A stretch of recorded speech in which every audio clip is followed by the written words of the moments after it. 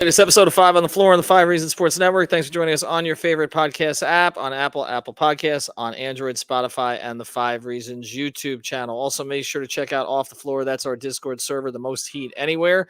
That's where you get host updates, behind the scenes information. Also, you can communicate with Heat fans all day long. We also do stage shows. Even tonight, people were watching the Wade ceremony there. There's lots of stuff that you can do there that you can't do anywhere else. Check it out. Again, it's Off the Floor. Link right here in the description. Also, check out the great sponsors of the Five Reasons Sports Network. Includes our friends over at Prize Picks. Use the code 5, F-I-V-E. Legal again in the state of Florida. Put down $5, play it. They give you 50 to play. It's that simple. That's 10-1. Easy math. PrizePicks.com, the Google Play Store, or the Apple App Store, our daily fantasy sponsor. Again, use the code F-I-V-E. And now, today's episode. Down the Biscayne. Yikes. 5 on the floor. Ride for my dogs. Where here's the thing. You can check the score. Hustle hard, couple scars. Wearing bubble frogs. Just like Butler said, you in trouble, y'all. Kept the floor playing. Got it all banned.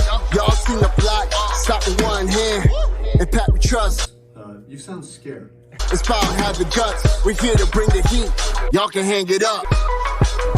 Welcome to Five on the Floor, a daily insider show on the Miami Heat and the NBA, featuring Ethan Skolnick, Greg Sylvander, Alex Toledo, Brady Hawk, and others from the Five Reasons Sports Network. Also, make sure to subscribe to Off the Floor for the most heat anywhere.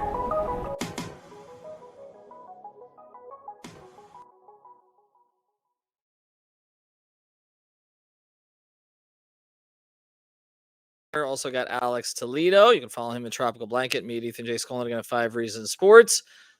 We're talking about Dwyane Wade tonight. That is the floor plan.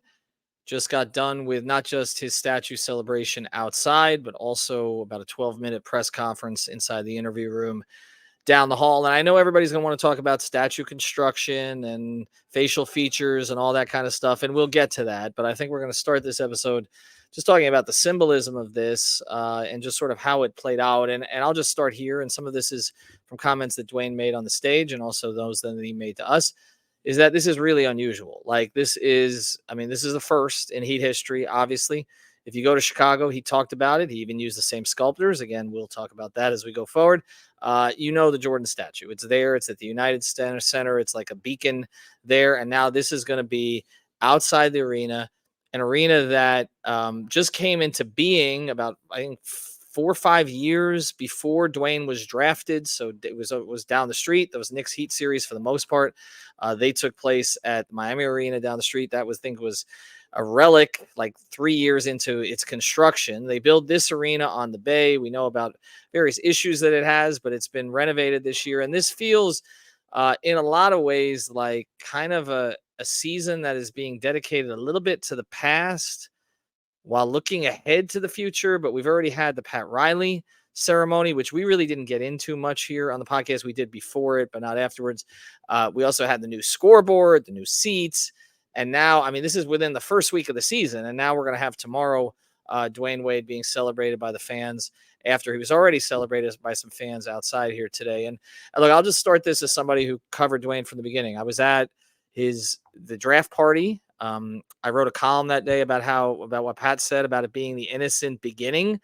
The Heat fans cheered here because they knew his name, because they'd seen him play in the tournament for Marquette. Of course, Pat watched him while he was on the treadmill when Dwayne had the triple-double there. And that was a time where everybody was starting to draft the foreign guys, and Darko went second in that draft. And I think Heat fans were just happy that they'd seen this guy. He just popped in the NCAA tournament. So there was kind of a celebration that night. I'll always remember that night down the hall here with Dwayne coming in, and all he talked about was shoes. It seemed to be his only interest at the time. He had his child there, Zaire. Today, Zaire was on the stage introducing his father, who just got a statue. Again, this is how long a period of time this spans and what he's meant to this city. And I thought UD, actually, as he always does, he just captures the moment so well. But basically talked about, he's like, look, the way he talked about Dwayne today, he's, everybody says this is his city. We said, look, this is your city. And in so many ways it is. And, there are still more Dwyane Wade jerseys in this town than there are jerseys for any current Heat player or any current Dolphins player or even any past Dolphins player, this is Dwyane Wade's town. We can talk about whether it's a basketball town or not. He's the single most important athlete in South Florida sports history. I'm sorry, Dan, but you're second. I think even Dan knows that. We've talked about that. There's just nobody who compares. And what also struck me about today, again, before we get into the statue, was the healing that's been done in this organization over the years. To have not just Dwayne get a statue today, but the person he honored more than anybody else from that stage was Pat Riley. You talk about your leader you don't always like at the time, but I love you now. Okay. He told the old joke about all black women love Pat Riley. Dwayne's told that joke before. I mean, it's just the love he has for Pat. And I can just tell you from being in the middle of those negotiations in 2015 and 2016, and now watching Pat, go up and greet Gabby and all that, that stuff was ugly at the time. And now we're here, we're 8 years later. And I know people want Dwayne to be part of ownership. They want Dwayne not to be part of the Utah thing. I get all that, but it's just like the repairing that's been done, the love that's shown between all parties, and bygones have been not just bygones, but way past it, to the point that they honored him the way that they should. That's some of my takeaways. Again, I spent a lot of time with Dwayne, again, from the very first Summer League game where everybody wanted to watch LeBron. I was there in Orlando, 2003. I was at his first All-Star game in 2005 in Denver. Everybody was there to watch LeBron. That was his first All-Star game. I remember sitting at a locker with Dwayne and Chris Perkins, and the two of us had nothing to ask Dwayne at that point because he was like 22 years old and he didn't have a whole lot to say. And now you look not just what he's done in basketball, but what he's done as a leader. He's like a global icon in a number of different ways. And just to watch his growth and also to have some of the behind the scenes moments I had with him, this is kind of personal to me. So, I'll get to you on this, Alex, because I want to see what you took away from the outside. Again, we'll get into the statue itself, but everything that happened, UD, Zaire, Dwayne's comments outside, Pat's comments outside, and just the show. I mean, it was chaotic, but in a good way, at least in my opinion. I think it was one of those things where like it was a crazy collection of people, right? Like you look at not just like the Heat brass, some current Heat players, some current Heat players who weren't there as well, but there were some current ones, and then you got the former Heat players, but then you got like the Carmelo Anthonys, right? You got Zaire, right? Introducing Dwayne there, like that was really cool. The Rick Ross performance, right? Like we've gotten the chance to see Ross perform a couple of times here for the Heat. Last time at Family Festival with Riley and the Heat players standing around. This is a little bit reminiscent of that. So yeah, like the whole event of it, considering this is something they've never done before, obviously, the show, it was fun. It was cool. I think the fans were into it. And I think after a certain point, there was a little bit of sort of like anxiousness just for it to happen already. And I think, the Pat speech, the Udonis speech, like I mentioned, the Zaire speech, it was all really cool to see. Definitely a little bit personal for me as well, completely differently than from you, of course, but that's the guy who is pretty much the reason I fell in love with the game of basketball. And yeah, it was just really cool to be a part of this and just see history, right? Like the fact that this is the first statue here, it's going to be there forever. Yeah, like I'm not forgetting this day anytime soon. I'm glad you mentioned that because there are different perspectives here. I mean, I come from more of a journalistic background and I'm old, but Heat Twitter is not. And we operate in that space so often, and it's pretty much how Five on the Floor came about.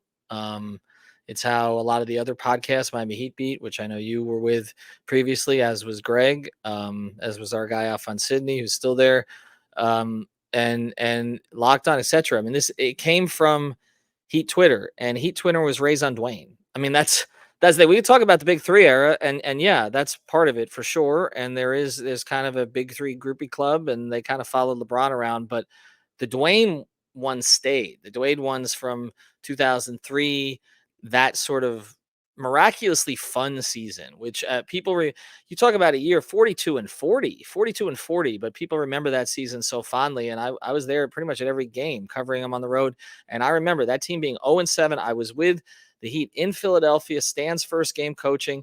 They look completely overmatched. Stan was going crazy after the game. Dwayne playing up against Iverson in his first ever game, and then it ends up being Iverson who inducts him, who presents him into the Hall of Fame, 20 years later. And to just think about from there to here. And he made I mean, I say all the time, Riley made basketball matter in this town, and he did. But Wade made them champions. I mean, Pat played a role in it, but Wade made them champions, and Pat uh, and champions are forever, and that's why that he still resonates with people, even the younger kids now who didn't really see him play consistently. It's still Dwyane Wade, and particularly in Dade County, okay, but it's also in Broward as well. And I just, to me, like, to have a statue there. Again, we'll get into it because I know I would say mixed feelings about the statue is probably not strong enough in terms of what came out right afterwards.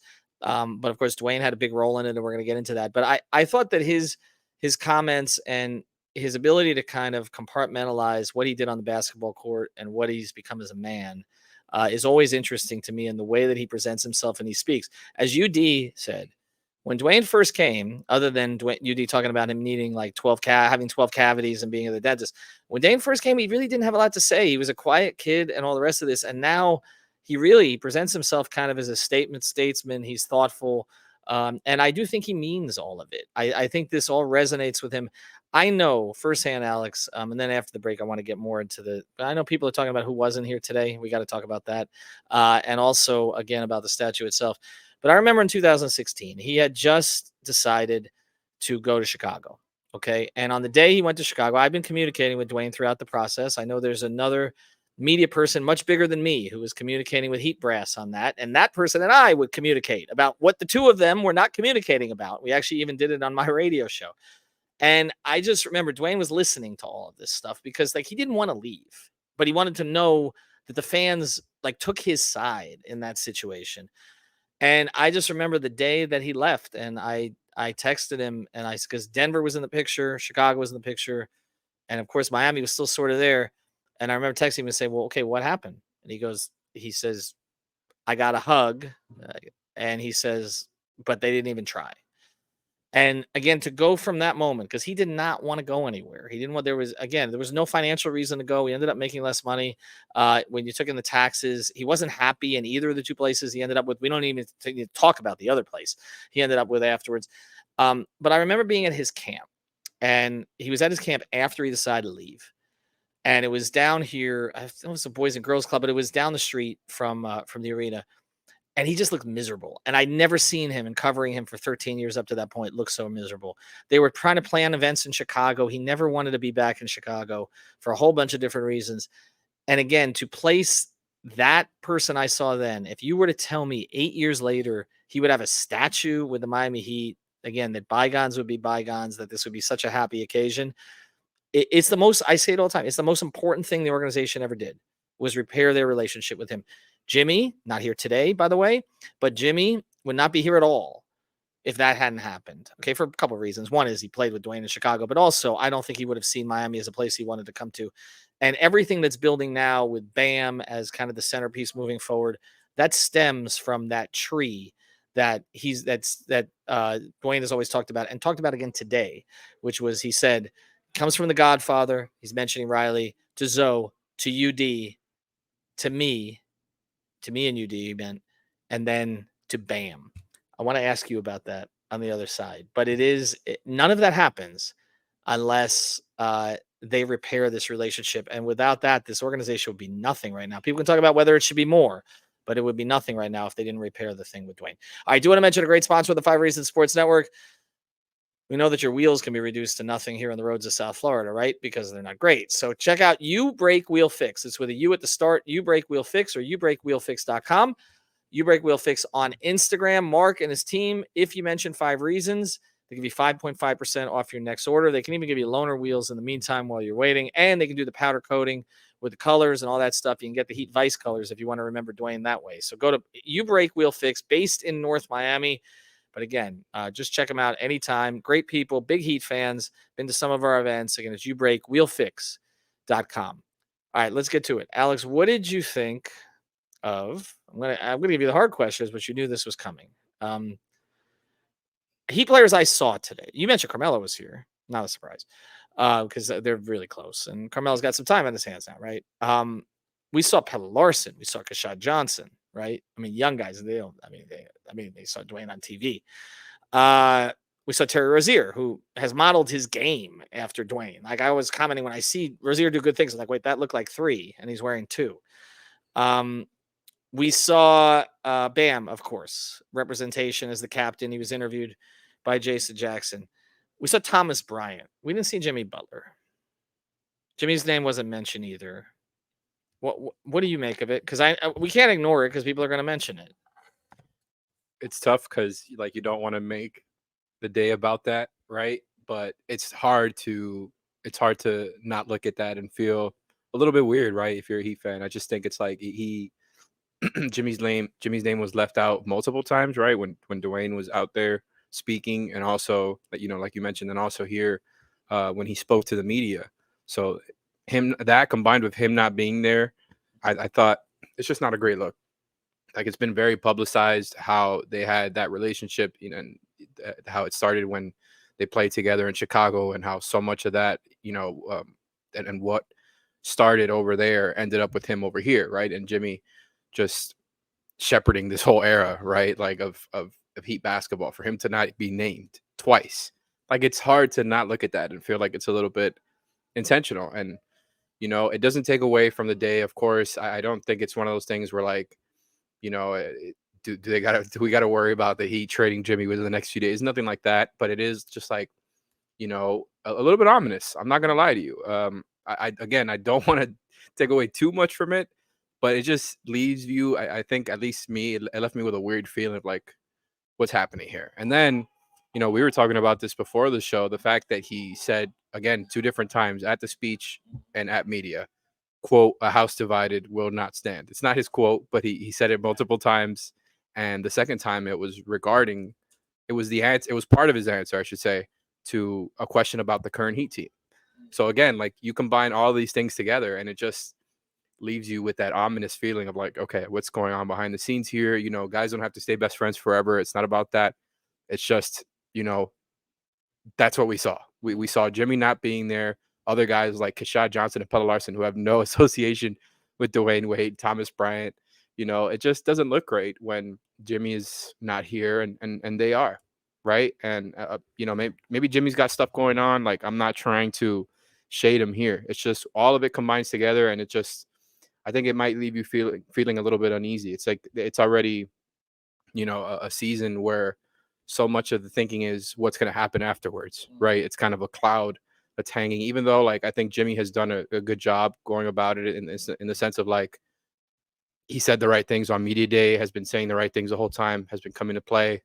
The results a little bit inconsistent, right, from game 1 to game 2 of the regular season, but he's been saying the right thing. So the cloud has kind of been minimized a little bit, but it's there. And I think Dwayne, like, with what happened today, it's just like, I wonder what's going on.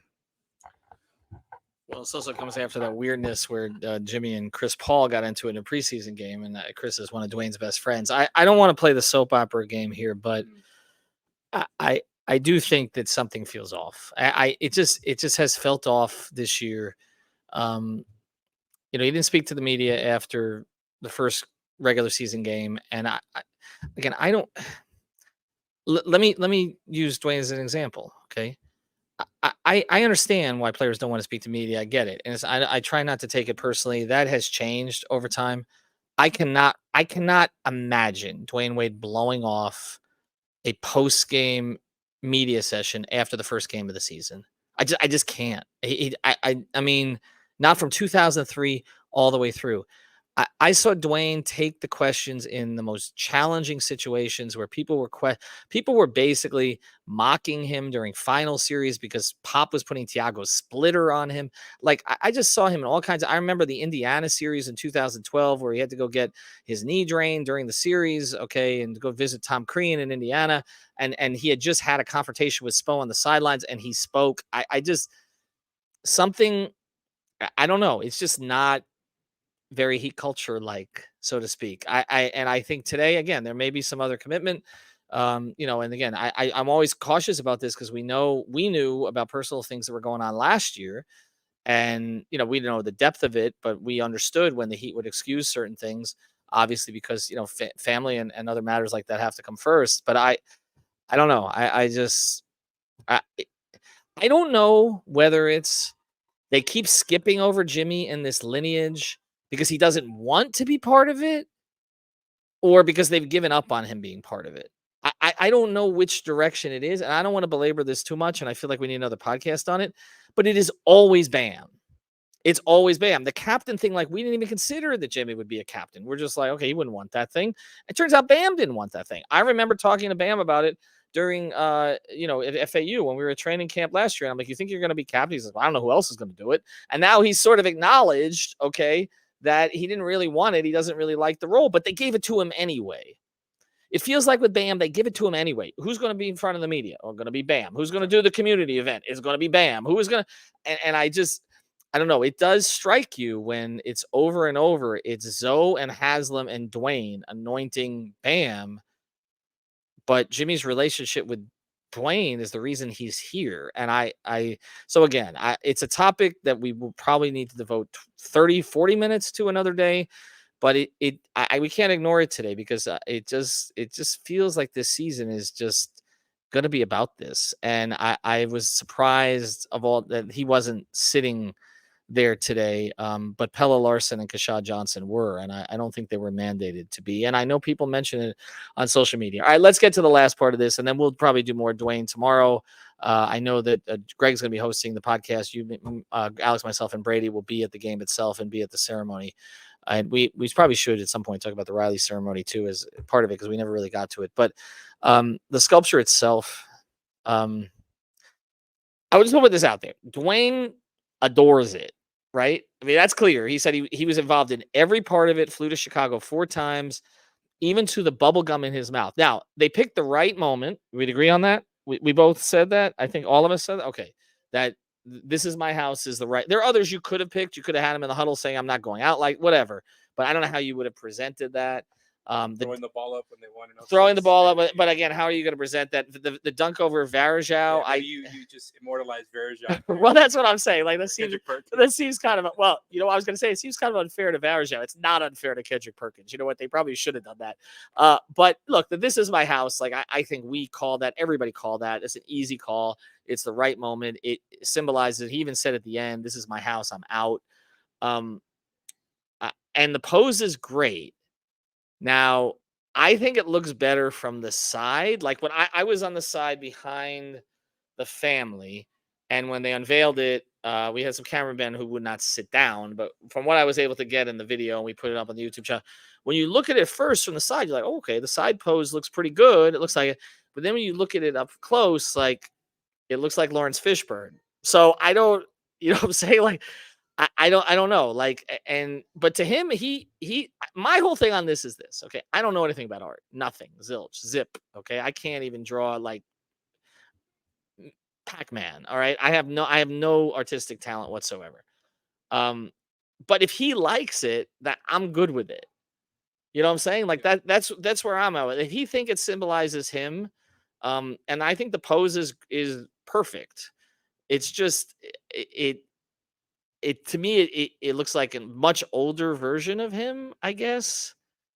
And I think I'm being a lot kinder than others are being, I guess. Yeah, I would say the same thing. You're definitely being kinder. I think mixed feelings is accurate though, because it's not like you've seen worse, right? Like it's not terrible. And I'm sorry, like I don't mean for it to sound bad when I say we've seen worse. Like that's not what you want to hear exactly, but I think it looks like him. I think the upper half of his face, they got that part right. I think where, again, I have no expertise. Same thing as Ethan when it comes to statues and how tough it is to mold an accurate statue. We've seen, worse examples. Yeah, we can get into that if you want to.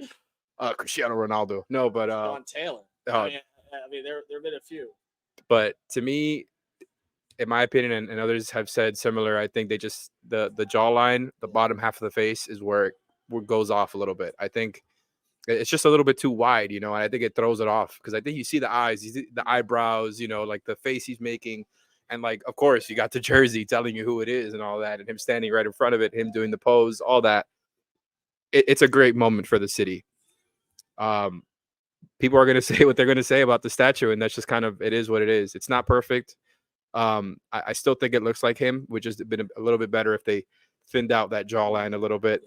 Other than that, it's a celebratory day for everybody. And I think he's going to speak again tomorrow. They're probably going to do a whole other ceremony tomorrow because the Heat lead the league in ceremonies. Shout out Miami Heat. Lose on those nights, by the way. So be prepared. Be prepared. And yeah, man, it's just I'm glad we were here for it. Even through whatever flaws you might think of the statue, it doesn't take away from the gravity of the moment. Well, I'm looking at the photo I put up on Twitter, the one that says "This is my house," and it's from the angle, and it looks good there because his hand is covering his jawline. So it actually, I mean, there you're like, yeah, and then it's like it drops, and I'm like, well, wait a second, what happened there? Again, the pose is perfect. The jersey, even, I mean, the folds in the jersey, the creases, like that is, they nailed it.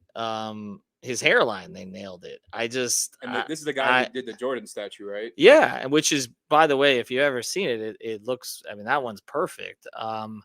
So I don't know. I mean, look, I saw murals of Kobe Bryant in Los Angeles, particularly, and Dwayne mentioned Kobe today, but after his passing, that looked nothing like Kobe, but people called it artistic. So again, I'm out of my depth here in all ways. Subjective. It's very subjective. Okay. I don't know. I don't get Van Gogh or any of it. Michelangelo. I mean, the Sistine Chapel, I can kind of understand. But yeah, I mean, I don't know. I will let other people weigh in on it. I just will say this, that I was sitting behind the sculptors in the interview room, and they're scrolling through their own messages. So I'm sure they're getting their own takes on it. But it's here. People are going to visit with it. And it symbolizes that the Heat, have, I'll go back to O'Reillyism here to close, because you mentioning this, a house divided cannot stand. And it was interesting that got mentioned a couple times today by Dwayne about the current team. Like you said, by the way, that's a Bible verse, but it's also was something Lincoln said.